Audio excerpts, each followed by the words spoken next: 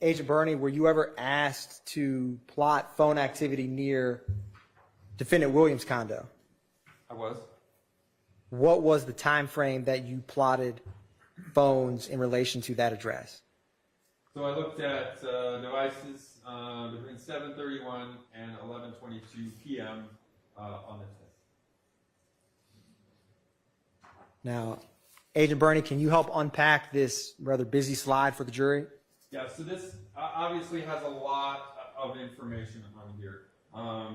The biggest thing is just seeing which phones have activity all around the general area of the Williams condo, and that is a significant number of these phones.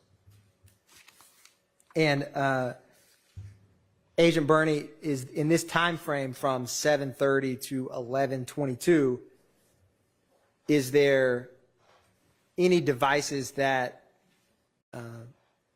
are at that location both close to 7:31 and also close to 11:22 in general?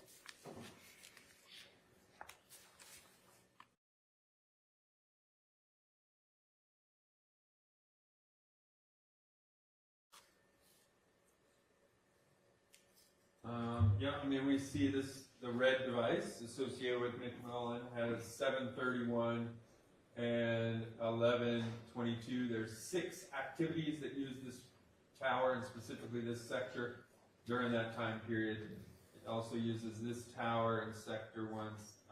There's another one down here that has 2 outgoing and 1 incoming call using this tower in sector there. Let me just quick look at some other ones.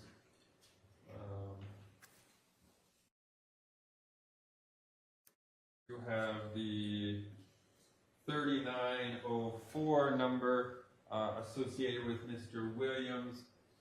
It uses this tower and sector up here at 822 through 1057 for 5 different activities. It also uses this tower and sector here at 908 to 1042 for 2 activities.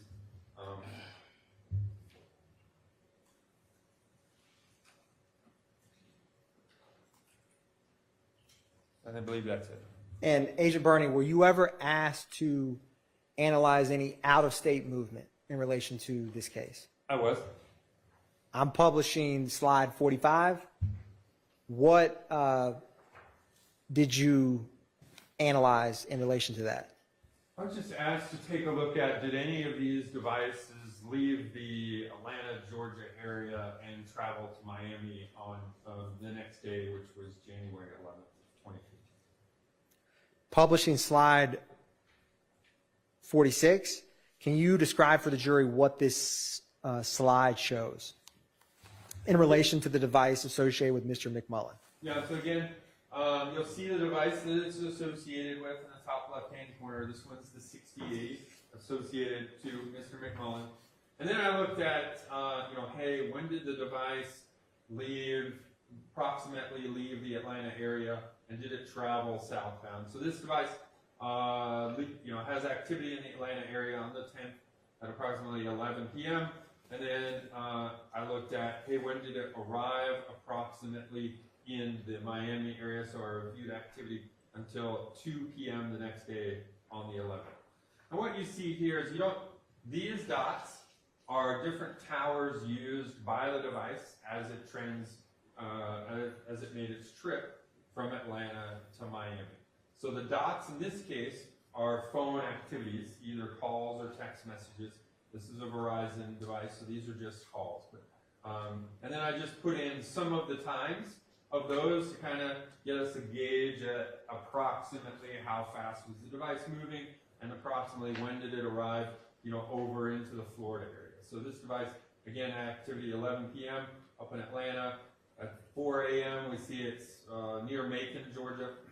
7 a.m. on the 11th, it's getting near the Florida-Georgia line, and then eventually it has some activity down in Miami at 1:25 p.m.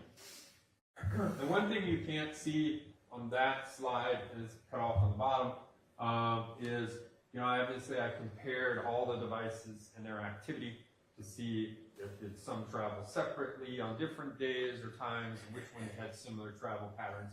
And so the devices of McMullen, associated with McMullen, Williams, Dolly Greer, and Dora Greer, all have very close activity along the same time periods in the areas I looked at, which are like Macon, Georgia, the Florida-Georgia line, and then arriving in Miami.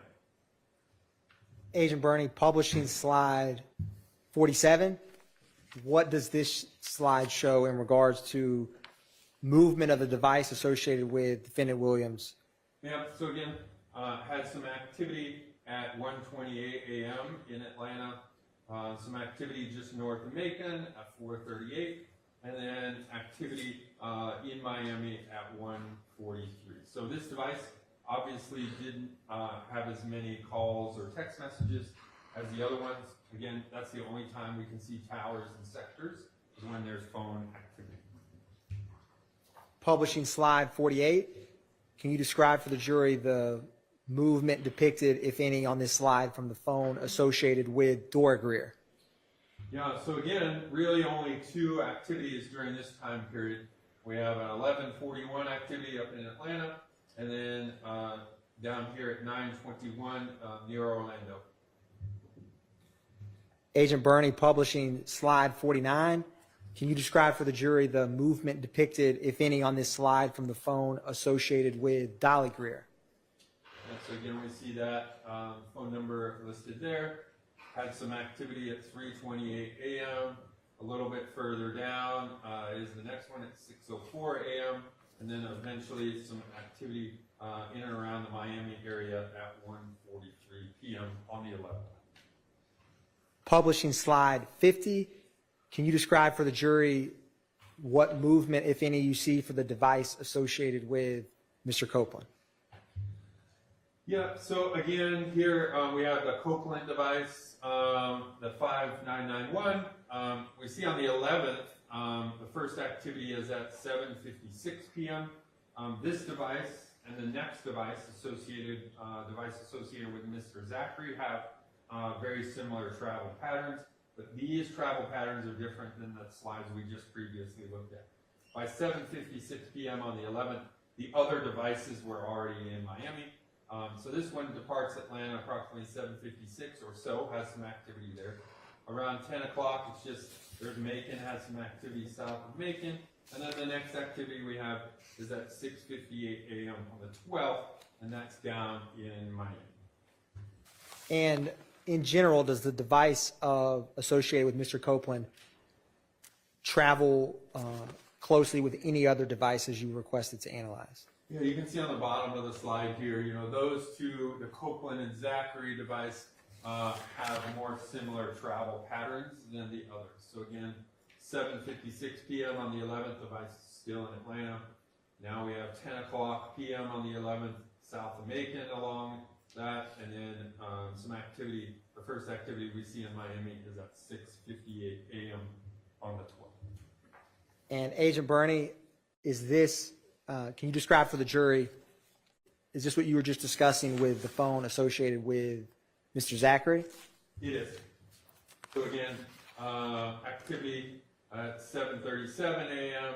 and then we see it reaches the Florida-Georgia line around 11:45 p.m. Has several other activities near Orlando, 2:30 a.m. and then into the first activity in Miami is at 7:19 a.m.